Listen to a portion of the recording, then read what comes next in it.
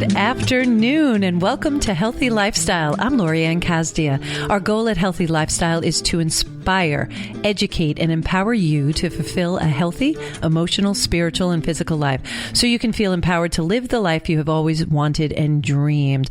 Today on our show, we're very pleased to have two members of the Suffolk Burn Center right here in Suffolk County, Don Meyer, and also Dr. Stephen Sandoval, correct? That's right. Nice.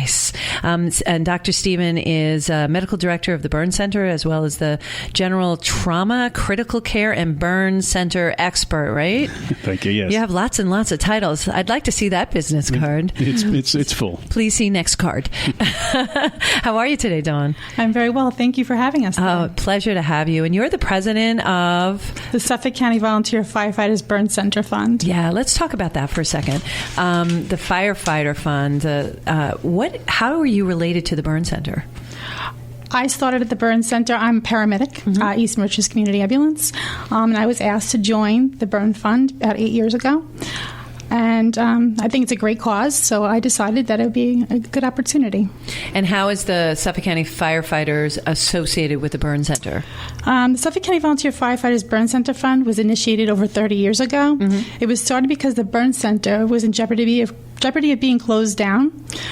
So it was started by the Suffolk County Volunteer Firefighters with partnership with Senator Kenneth Val. Yeah, sure. The Burn Fund serves over 1.5 million people of Suffolk County, and we started to defer costs that weren't covered under hospital budget and under patient insurance. Okay, that's great. And Doc, tell us a little bit about the Burn Center, its history, and what you actually provide. Well, the Burn Center, as Dawn mentioned, had started under Dr. Harry Soroff, was the first burn surgeon in Suffolk County at Stony Brook. And him, working with Senator Laval and the firefighters, actually started the burn center itself. It really wasn't for the firefighters and Senator Laval, the burn center wouldn't exist. So that had started over 30 years ago. And then from there, we provide the only burn care for people in Suffolk County. So yearly, we see about 200 patients get admitted. About another 250 to 300 are seen in the ER itself and then sent out to be followed in the clinic. And the burn clinic, which is in a separate location, sees about 1,500 to 1,700 clinic visits a year for both pediatric and adults. We're the only pediatric and adult burn center taking care of Suffolk County. Now, what kind of burns are we talking about? Are we talking about I burned my hand on my stove, or I'm just like I really have a bad burn? Pretty much anything from sunburns to radiation burns, scalding injuries, you name it. What are the different levels? That was always confusing. What's the worst burn? First degree, second degree, third degree? Well, your first degree burns, most of us experience that by getting sunburns, and that's when you don't have any blistering. Second degree burns are deeper. You have some blistering and some weepy fluid underneath. And the third degree burns are more white and leathery, and they're pretty much all the way through the skin down to fat. Wow, those are very long-term care, correct? Most definitely. Yeah. What are some of the traumas that come in? I know that you guys helicopter people into the burn center from all over New York, correct? Yeah, I mean, we do get some outside referrals too from patients who have heard of the good work we've done, but mostly for the 1.5 million people of Suffolk County, we service them all the way out east and all the way to the Nassau border, where the Nassau County Burn Center then takes over for their population. Understood. Don, so we were talking about the Burn Center and everything that you're doing, and the firefighters fundraise all the time for this Burn Center, specifically for the Burn Center. What are some of the costs that you cover that normally wouldn't be covered without the funding? Okay. The fund raises money to promote burn education, research, provide patients with burn garments not covered under insurance. We also send a child to burn camp. We try to do every year. And we also started a peer support group at Stony Brook for patients. We didn't have one up until last year. We also send doctors and nurses for things the education that they need to the ABA conference every year. What's the ABA stand for? It's the American Burn Conference. Okay. Let's see. We also, when we send the kids to the burn camp, we do it because they get to be with peers that have not experienced the same thing they have. It's a very traumatic experience for them, and it's nice for them to go back out into society and be able to be with other kids that are, had similar experiences. Yeah, because they can start having relatable conversations about it. Yes. So let's back up to talk about one of the things that you mentioned, and I believe this might have been spurred on by your creativity as well. The peer support group. What exactly is that? Peer support group is, we started it. It's the Phoenix Society. We started through the Phoenix Society. It was very difficult to start it. It took us a long time to get it up and running. It had started because we had a patient that had come to our meetings. Oh, yes. Tell us that story. Been badly burned. And she was very upset and concerned because there was no support group at Stony Brook. And her husband really wanted for us to start a support group there. Now, the support group, just to back you up for a second, the support group is not only for the burn victim, but it's also for the family on what? On how to deal with what they've been through, and they've gone through a lot as well. Right. This particular patient, the husband had come down to find his wife on fire, which was a very difficult thing to find. Sure. And of course, coping, the family going through it. They had children, and it was very difficult for them. And you give them access through this peer group, access to different resources. Yes. Through the Phoenix Society, they can also do virtual support groups, so they don't even have to leave their home. They can go online and they can have a virtual support group. They have different support groups through the Phoenix Society for the patients, for the family members, for children, right, for firefighters that have been burned. Yes. So it covers a wide variety of things. And for the listeners, a virtual meeting, a virtual support group is you'll meet online. There are different tools online that allow us to communicate with each other, similar to Facebook, but you can see more than one person at a time. Yes. And you're able to actually see everybody in the air quote virtual room. Mm-hmm. And you're sitting at your home, so in the comfort of your home, whether it's a weather issue or you just can't physically leave your house, but you still need support. I really encourage you to reach out and find virtual support groups, whether it's for burns that you're going through or emotional crisis you're going through. There are virtual support groups out there, and I wanted to kind of do that little PSA on that because I love meeting. I have mastermind meetings, mentoring meetings, and it's all done virtually. I meet with people in California and Italy and South Carolina all at the same time, and we put our brains together and solve problems. So that's basically what your peer support group does. It gives that support that the families need and the victim needs, correct? Correct. And she really was burnt badly, right? She was burnt very badly. I talked to her. She told me her concerns that we didn't have one. And I said, well, what can I do to help? And from there, I've moved forward. And unfortunately, she passed away after multiple surgeries. Yeah. I'm sorry about that. Yeah. But from that, her legacy is this peer support group. And you made sure that happened. So you really kind of encapsulated her life by allowing this to go forward. You took one of her wishes and dreams and moved it forward. And it seems like that's what you and your group do, and your energy is very intoxicating because you're very passionate about the Burn Center. I'm excited about one of the center's capabilities where you actually have, is it a researcher who's doing skin development and they're growing skin? Tell us more about that, Doctor. Well, it's Dr. Marcia Simon. She is a lead researcher on a lot of skin and growth technologies to really help regrow skin. She's probably one of the original researchers on the growth of biopsy someone's skin to actually give something they can cover their burns with. And she's really on the forefront of a lot of the technologies that are going to really make a lot of changes in the future. So we have some researchers at Stony Brook that are responsible for some of the groundbreaking and future technologies that will go into managing these deep second and third degree burns, allowing patients to heal what would otherwise be unhealable, because when you're covering somebody with skin grafts, you only have so much you can really take from the person. Other places. So they actually take a skin graft and then they grow it so that they can actually help.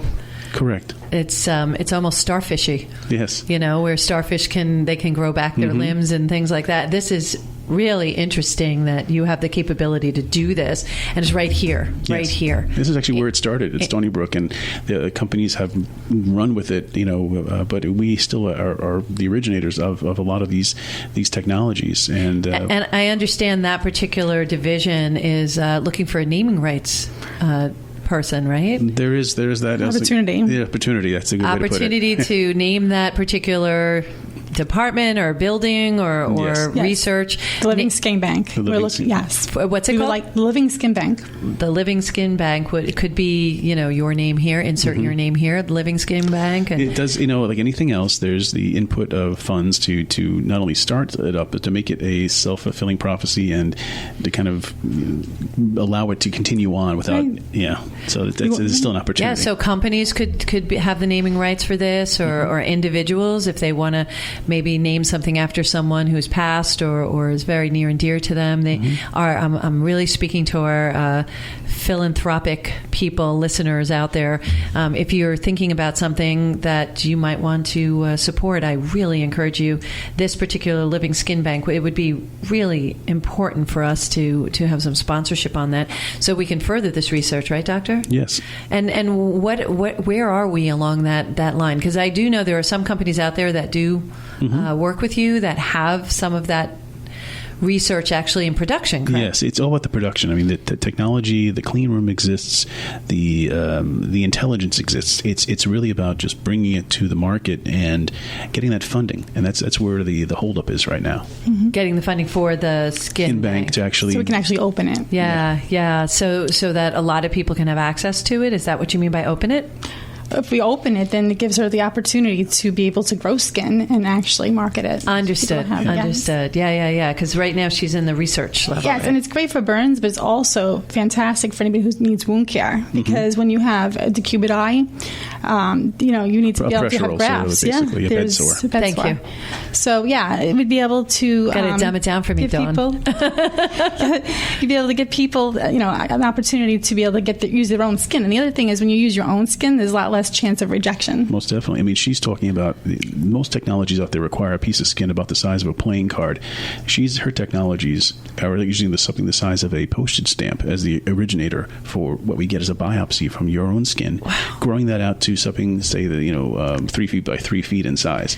So, I mean, oh my goodness. Yeah, but we're a much larger growth for a much smaller piece than what is currently available on the market. And so the burn victim, that you take some good cells and then she grows them to these massive sizes, and then that allows you to then take care of the trauma and the injury. Yeah. That's just and what's the acceptance rate on that? Because like anything else, there could be factors. The patient could be sick, so any skin graft could fail. But the exact number I don't have off the top of my head. But it's just with that much skin, even if a little bit of rejection did occur because they're otherwise sick, you can go back and do more and more and more. So how long can you keep that graft for? Well, the graft is lifelong. I mean, once you put it on the person, and if it incorporates into their body, then it's a lifelong graft. It's their skin, and it would be a permanent coverage of a otherwise non-healing wound. So would one need that in order to have plastic surgery? No, I mean, basically that is the surgery. That is the plastic surgery, but it's made with your own cells. Correct. And how long can you keep that skin that's grown for you? How long does that live? Well, the interesting thing is that you can keep it. You can freeze dry it. You can keep it for longer, and even if you have to discard some of it, you go back for another biopsy the size of a postage stamp. So it's actually, you go back later on if you needed more. Oh my goodness, a postage stamp. That's like the size of the inside of a Band-Aid. Pretty much. That cotton area of the Band-Aid, that's it. That's really miraculous. And she grows it in 2 weeks. Oh, when she takes I forgot that part. 2 weeks. 2 weeks to grow it. Yeah, so she takes that piece. I say a dime size, but she takes that size and she can grow it in 2 weeks to a piece of full thickness skin. That's not only encouraging. That's just totally amazing. Just the thought of having that capability. It's wonderful. It's wonderful, and that's why the Living Skin Bank really needs to open up so that more people could be served by that. Right? Yes. There's another thing that you do, and I love it. So the money that you're raising from the Suffolk County firefighters who support this burn center, and how much has the firefighters contributed over time to over $1 million? So you've raised over $1 million as firefighters. These are our volunteer firefighters raising this money and then supporting the burn center. And in some cases, it helps their brethren, the firefighters themselves. It helps the victims that they're in there courageously and bravely going in to take out of fires. Just amazing, the connection there that they continue to give, and you continue to give, because you're not only a nurse, you're also an ambulance volunteer. I'm a as well, paramedic right? as well. Paramedic, yeah. That it just, I love the give back, and here's a symbol of giving back to our community. You know how I feel on Healthy Lifestyle. We're here to serve one another, and this is why you're here today, to listen to Dawn and Dr. Stephen talk about the opportunity to give back to this organization. But you do something else that is not covered by insurance, and you pay for this from the funds that you raise. And what was that, Dawn? Burn garments. So patients need burn garments after burns. A lot of times it helps reduce scarring. What happens is the patients will, if they have full thickness burns or even partial thickness, second-degree burns, they can be predisposed to making very thick scars that limit their function. One of the treatment modalities is wearing these silicone-lined compression clothing. Sure. Looks like Under Armour. You might, not to product place, but it looks like it. And it acts to... I love Under Armour. Yeah, well, it actually acts to... Two product plays. It actually compresses the scars, and it results in the flattening out of the scars. Okay. The scars are thinner, and then the patient has more mobility. However, a lot of insurance companies, I would say, in the last couple of years have stopped covering these garments. The cost is extremely expensive. An average shirt for a child could cost $1,500, which they'll grow out of it in a couple of months because they're children. So the firefighters, to the tune of tens of thousands of dollars per year, have covered the cost for those that need, both in the pediatric and adult population. So the volunteers who, again, volunteers, very important word to use here, volunteers, yes, have been showing their civic duty and basically making sure that they're taking care of people they may never have met, and they're providing tens of thousands of dollars for these compression clothes, which have been helpful in really improving patients' outcome. That is amazing. And yeah, volunteer, key word used here. That's why I'm sitting here with goosebumps, because you're constantly giving back, and you're supporting the burn center, you're supporting the people around the world, definitely around our nation, and definitely in New York State with these services. And you continue to just give back and find new programs to put into place, and you're doing it all from donations. So it's not just the firefighters donating. We're reaching out to everyone who's listening to this show to also make donations and to help support this burn center that supports anybody who has the situation occur to them, right? Yes. Yeah, it's good stuff. So now I understand you have an event that's coming up in order to support the burn center, right? Yes, we do. We have an event at the Vanderbilt Museum. It's on August 24th from 6 to 10 p.m. Mm-hmm. The cost is $100 per person. Mm-hmm. And it's a wine and cheese and beer tasting, followed by dinner.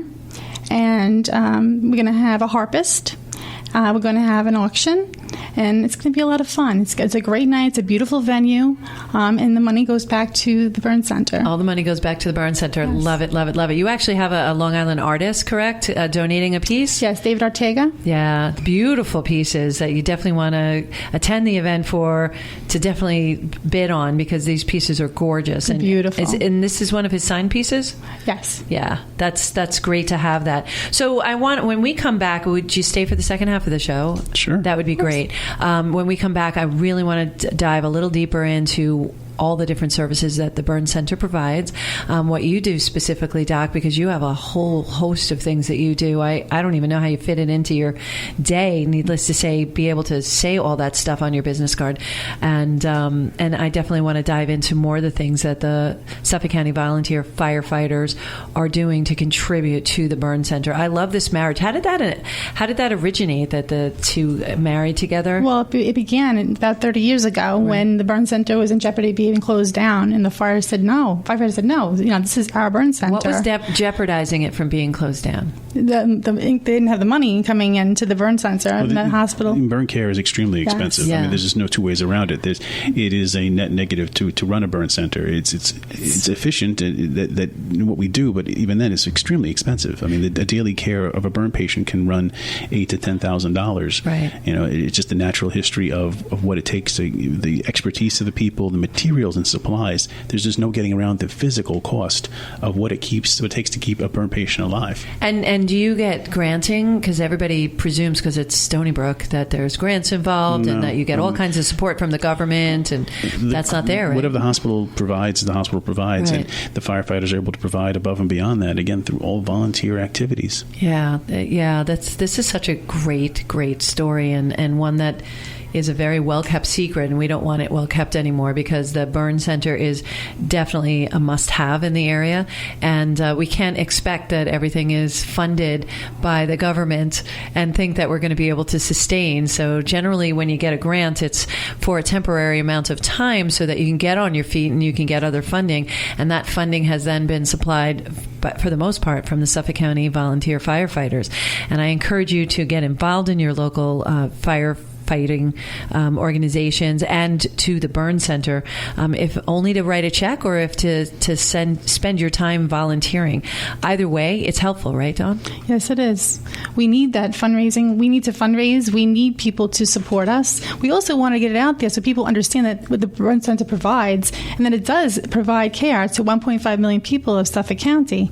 Amazing. We will be right back. You are listening to Healthy Lifestyle. I am Lorianne Casdia, and we will see you in a few moments.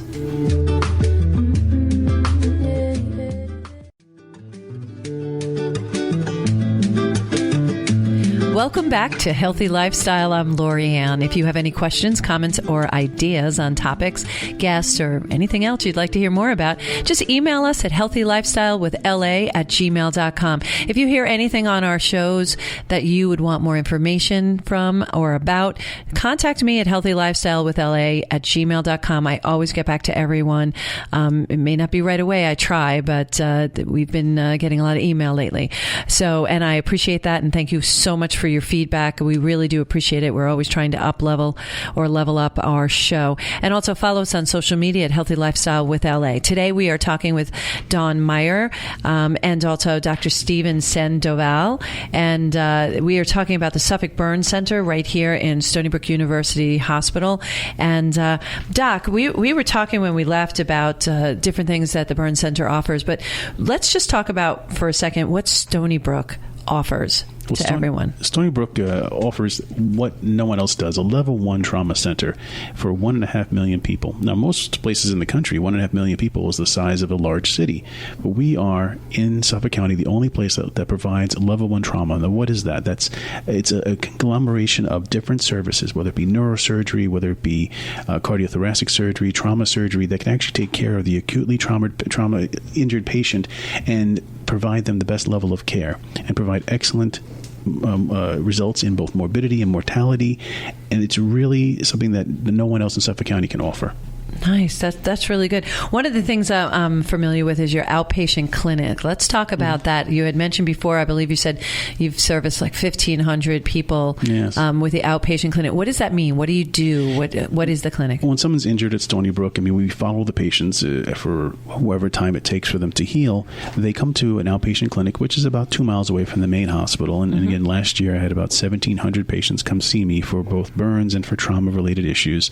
And we take care of them. We make sure we carry them through until they are back to their usual state of life or usual activities of daily living that get them back to work, back to school, whatever it might be. Don't you have a class that they can, like a workshop, a 6-week workshop that someone can go to? We do have several things. Like for patients, particularly those who are victims of falls, we find that after they've been a victim of fall, they are still at risk for future falls. So getting them involved in different programs like our Stepping On program that actually allows them to do Tai Chi and different kind of things that are really helpful to prevent the second fall, because that's what they're at most risk for. Matter of balance. Correct. Yeah. And that's something that's available online through Stony Brook. And again, if you are at Stony Brook for whatever reason, you have a family member who is either a little unsteady on their feet from Parkinson's or whatever it might be, we do have these courses available to help prevent that first fall, that second fall. And with so many people being on blood thinners for whatever reason these days, we're finding these injuries are much more serious than they were 10, 15 years ago. So preventing that first fall, preventing that second fall is so important.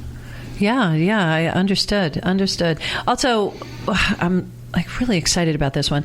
You have FDA level approved research.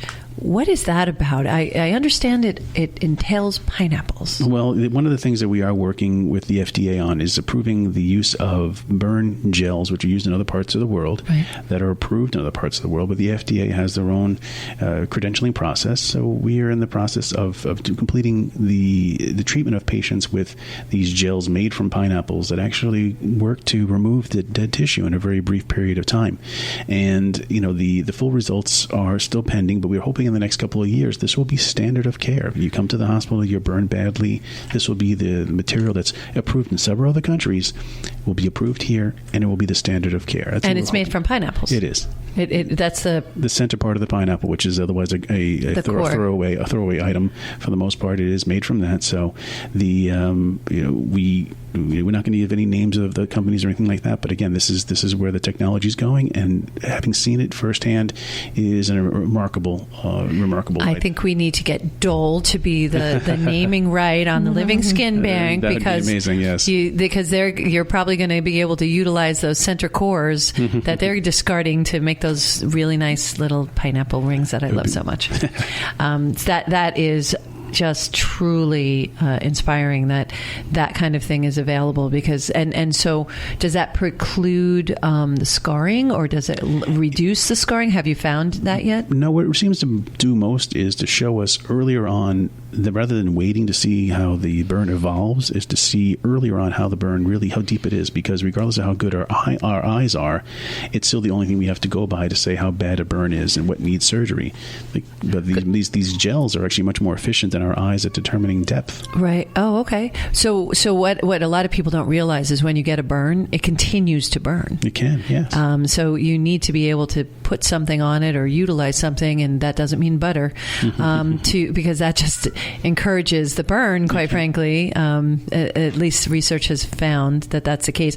I actually am a certified herbalist, and so years ago I was fortunate enough to meet up with a shaman who's up in Canada, and shared a burn salve with me that I make to this day. That literally I had a burn on my hand. I was at a friend's house. We were having a party. I was, of course, helping clean up. I grabbed the sterno. It was still hot. It burned my hand from the top of my pointer finger all the way to the top of my inside my hands, all the way to the top of my thumb, and I had a burn. It was excruciating, and of course people wanted me to put cold water on it, put butter on it. I was like, nope. I was 5 minutes away from my home. I drove to my house, put the burn salve on. It stopped hurting immediately. So when you have the right product, it really does stop it from happening. As you can see, there's no scarring, no nothing. There was no bubbling. It stopped it in its place. So I think a real important note to get out to people, Doc, is about the fact, and please confirm that I'm accurate with this data, that it continues to burn. It continues to burn, and a lot of the best materials come from nature. I mean, right now, honey is a big product coming out of New Zealand. They have a lot of research that says that honey is an excellent burn care product. Sure. Not the kind you get, regular honey, but particularly the Manuka honey that they're using from the Manuka plant. The bees pollinate that, and they provide a honey which is very good at anti-inflammatory properties. That's a big one right now. So a lot of our best materials come from nature. Yeah. So and I think that's curcumin, which is found in curry powders and things like that. Curcumin is another topical anti-inflammatory, which has been found in research to be very helpful also. So a lot of our best products come from nature. Yeah, and helps us. And at the end of the day, all healthcare goes back to, we need to support our body so it can heal itself. So if we help our bodies stop the burn, then the bodies can help repair it. And by growing that skin, you oh my gosh, so many just breaking medical achievements that you have right here at Stony Brook University Hospital, and the burn center's right in the hospital, correct? Correct. Yeah, it's just right in our backyard. So a lot of people aren't even aware of it, Don. And I'm sure that that's something, and why you're here is to get the word out about that, and everything that you do with the volunteer firefighters and supporting this program. How did you meet, Doc? Through the Burn Fund. And you guys work together? Yes. Yes, the Burn Fund. And how do you work together? How you help with the funding? You find out about projects and programs that they want? I know you research it. That's where the peer support group came up. You find a need and you fill it. Yes. Yeah. So, yes, we went through the Burn Fund. We have meetings every month, and we meet. And Dr. Sandoval and I are both on the executive board for the Burn Fund. And we meet and we discuss different topics. He comes in as well as Dr. Simon, and they tell us their current studies that they're doing, things about patient care, right. How many patients have been through the burn center. And we talk about different fundraising events that we can have. Like the one on August 24th? The one on August 24th, which I said we're really working hard to make it a success. We're looking for sponsorship opportunities for anybody who's interested in sponsoring our event. Right. And we also need people to attend to make it, have a nice night and for us to fundraise. It's been actually slow. This is the third year we're doing it at the Vanderbilt Museum. We would like to top our numbers. We would like to see it grow, and it's a fun event. Grow and grow. Yeah. So not only do you have a fun time, you go out, you get to have nice food. You get to potentially get some art for your house and some other beautiful items. The handmade wine bottle stoppers are just to die for. And then not only that, but you're also contributing. That money goes to the Burn Center completely. Yes. We have a 50-50. Yeah. And it's a beautiful venue. The Vanderbilt Museum, if you haven't been there, it is absolutely gorgeous. Oh, it's stunning, yeah. You walk around, you can look around and see the beautiful view of the water, all the old buildings there. It's just gorgeous. And the way you said it, it's like at twilight, so now you start to see the stars come out, and planetarium's right there as well. So it's a really great event that you should try to attend.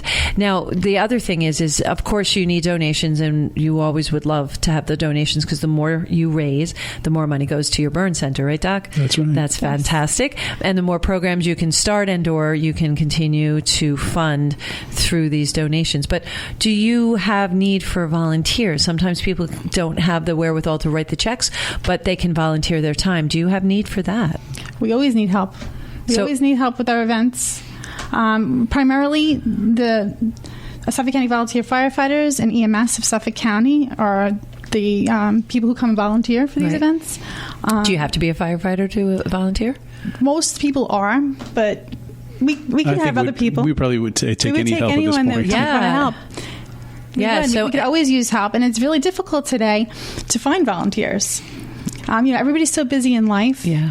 And, people who are volunteers for firefighters, EMS, they're so busy doing that as well. Right. So, it takes a lot of your time, all this volunteering. So if someone wanted to donate to you, if someone wants to go to and attend this event on August 24th at Vanderbilt Museum, if someone wants to volunteer their time, how would they get in touch with you? They can contact me via email at dawn.suffolkburncenter@gmail.com. Okay. And the website is suffolkburncenter.com. And it's www.suffolkburncenter.com. Right. And is there a phone number anybody can call? 631-848-2100. Okay. I think that that the fact that you have the burn camp, that you send a child to burn camp, you have the peer support group, you have the Living Skin Bank that you're supporting, the burn center that you're supporting, you support patients who are going through this very traumatic situation, and you help support them with things that may or may not be covered by their insurance. All these wonderful things are being done through the marriage and partnership of the Suffolk County firefighters and the burn center, and I think that's magnificent. Doc, while we have a few minutes left, I just want to talk about a couple of things that I noticed here, that you deal with general trauma, your critical care, you work with the burn center. How do all these things relate, and how did you get involved in doing this? Well, initially I had been a resident in both Philadelphia and in Brooklyn, and I got a job at the Cornell Burn Center, and I actually fell in love with the job. I fell in love with the patients, fell in love with the job, and just found that Stony Brook, which I'm a Long Islander by birth, and I know that I wanted to be able to give back to Long Island. I saw that there was a job opening because Dr. Soroff was retiring from the burn center at Stony Brook. I moved into that position, and I've been there for 15 years. And during that time, I came in as a trauma surgeon, general surgeon, critical care surgeon, and burn surgeon. And I try to wear all those hats as efficiently as I can. And Suffolk County is in need of all these things because we have a very busy population of 1.5 million people that need the level 1 care that we can provide at Stony Brook, and they're all married together. All of these services through the surgical intensive care unit, through the burn center. These are all interconnected. And you may come in as a burn patient, but at some point, all those 4 different type of services that I take care of are going to be, you're going to be in contact with them. And I do have partners that keep an eye on the burn patients for me when I'm not there. So we do work together, and these are also critical care surgeons and trauma surgeons who have incredible experience in taking care of the sickest patients that Suffolk County can provide. You said that you fell in love, and what was it? Honestly, I felt for the first time, I really felt like a doctor. I mean, it's as strange as that sounds. I've been through 7 years of training before that, and I did this fellowship in burns, and I just really fell in love with everything about it. You really just carry the patient from the first day they came in till the time that they're literally walking out of the hospital, and then you're still following them for a long period of time in the clinic. It's really a kind of a complete picture that you don't get a lot in medicine, especially as a surgeon. I think sometimes, you may see them once or twice. These patients you get following for up to years afterwards, and for the kids, I'm seeing these pediatric burns coming back 10 years, 15 years later, who want some fix up, touch up work here and there. So it's a really long term relationship. That's really great. So you really see the progress of someone walking out the door and feeling better, and you get to see that result. That must be so fulfilling as a doctor. It's emotionally rewarding experience. Yeah, I can only imagine. And thank you for the services, and thank you for what you do for all the patients. It's, you're really sacrificing your life and really dedicating your life to do all these things and provide this kind of care with the compassion that you do. You're very compassionate about when you speak about it. It just lends to being so obvious that that's how you are when you treat your patients. And Dawn, I mean, you're just so passionate about the burn center, and you're newly president, or? I was president. I've been on the board for 7 years. I was second VP, first VP. I was president for 3 years, and now I'm president again. And what keeps you there? What is it about it that just excites you? It's just very important to me, and I think it's something that people don't realize how important it is that we do serve the 1.5 million people of Suffolk County, and we need a burn center here. A burn center is so important, and to me, providing the best patient care possible as being a nurse and a paramedic, I think that it's just so important that we support this. Gosh, the burn center's in good hands with both of you. That's amazing. And whatever we can do to help you here from Healthy Lifestyle, we're definitely going to do. Much success on your August 24th event. Again, tell them it's at the Vanderbilt Museum, right? August 24th, right? 6 to 10 p.m. Right. It's $100 per person. Right. And you can contact me at dawn.suffolkburncenter@gmail.com or at 631-848-2100. Just say that number one more time slower. 631-848-2100. Great. And we also have our event on Eventbrite.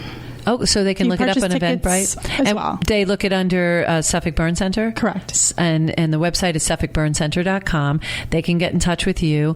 If they have any kind of questions, or maybe they know somebody who have past burns and want to learn more about the center, how could they get in touch with you? It really is to call my office at 631-444-8329 with any questions about burn injuries. You need somebody for follow-up. If they have some scarring from an old burn injury they want to have evaluated, this is what we're here for. I mean, if any questions whatsoever regarding burns and burn care, and even trauma also in Suffolk County, I mean, this is the number to call, and we'll get you through to somebody who speak to myself or my partners, and we'll be able to answer any questions. Excellent. Thank you so much. And when if anybody wants to join the virtual group, they can also reach out to you, the peer group, so that they have someone to talk to no matter what trauma they go through. I'm sure, Doc, you can hook them up with some kind of group that they can speak to. It's real important. You're not in anything alone. We're not here alone. We should not feel that way ever. So reaching out to good people like Dr. Stephen and yourself, Dawn, that's a really good starting point no matter what the situation is. I really appreciate you both being on. Well, thank you. Thank you for having us. No, it's my pleasure. I look forward to having you back. Doc, I want you definitely back because I want to speak about all these different programs you do, especially associated with the trauma and your critical care. There are so many things that you're doing. Again, I don't know how you fit it in as one person. It's very impressive, and we're really appreciative that you do. Thank you all for joining us today on Healthy Lifestyle. My heart is always lifted by sharing this time with you, and I want to thank my guests today again. Of course, our wonderful producer, Joe, who just is always so supportive. And I see you saying thank you over there. Join us next Saturday right here at 3 p.m. In the meantime, follow us on social media at Healthy Lifestyle with LA. If you miss any of our interviews or would like to hear some previous interviews, you can look for us on SoundCloud, hear us on the iHeartRadio. So there's all different ways to get in touch with us. In the meantime, how will you help someone this week? Think about a person in your life who's struggling in some way. Maybe one of your friends is finding it hard to get over a broken relationship. Maybe a family member is struggling to adopt healthier lifestyle habits. Or maybe a coworker is having a difficult time dealing with an issue at work. Whatever that is, ask yourself right now, what is one small action you can do to help that person? That could be putting a smile on their face, holding their door open, just saying something kind, something about what they're wearing, how they look today, just to lift somebody up. Lift someone else up today. It will lift your spirits. And once you're clear on your action, make sure you follow through on those plans. In the meantime, remember, do a little something for yourself every day as well. It really starts there. It doesn't have to be big. You can get yourself a cup of coffee. You can stop and do something that you normally don't do. Just say hello to someone. Pick up the phone and talk to someone you haven't spoken to in a while. Just do something every day for yourself. Just a little something. Create that habit. It creates new balance. And remember, you are the best you because everyone else is taken. Thank you again for joining us today on Healthy Lifestyle. I'm Lorianne Casdia. Until next time, show up for you and show up big.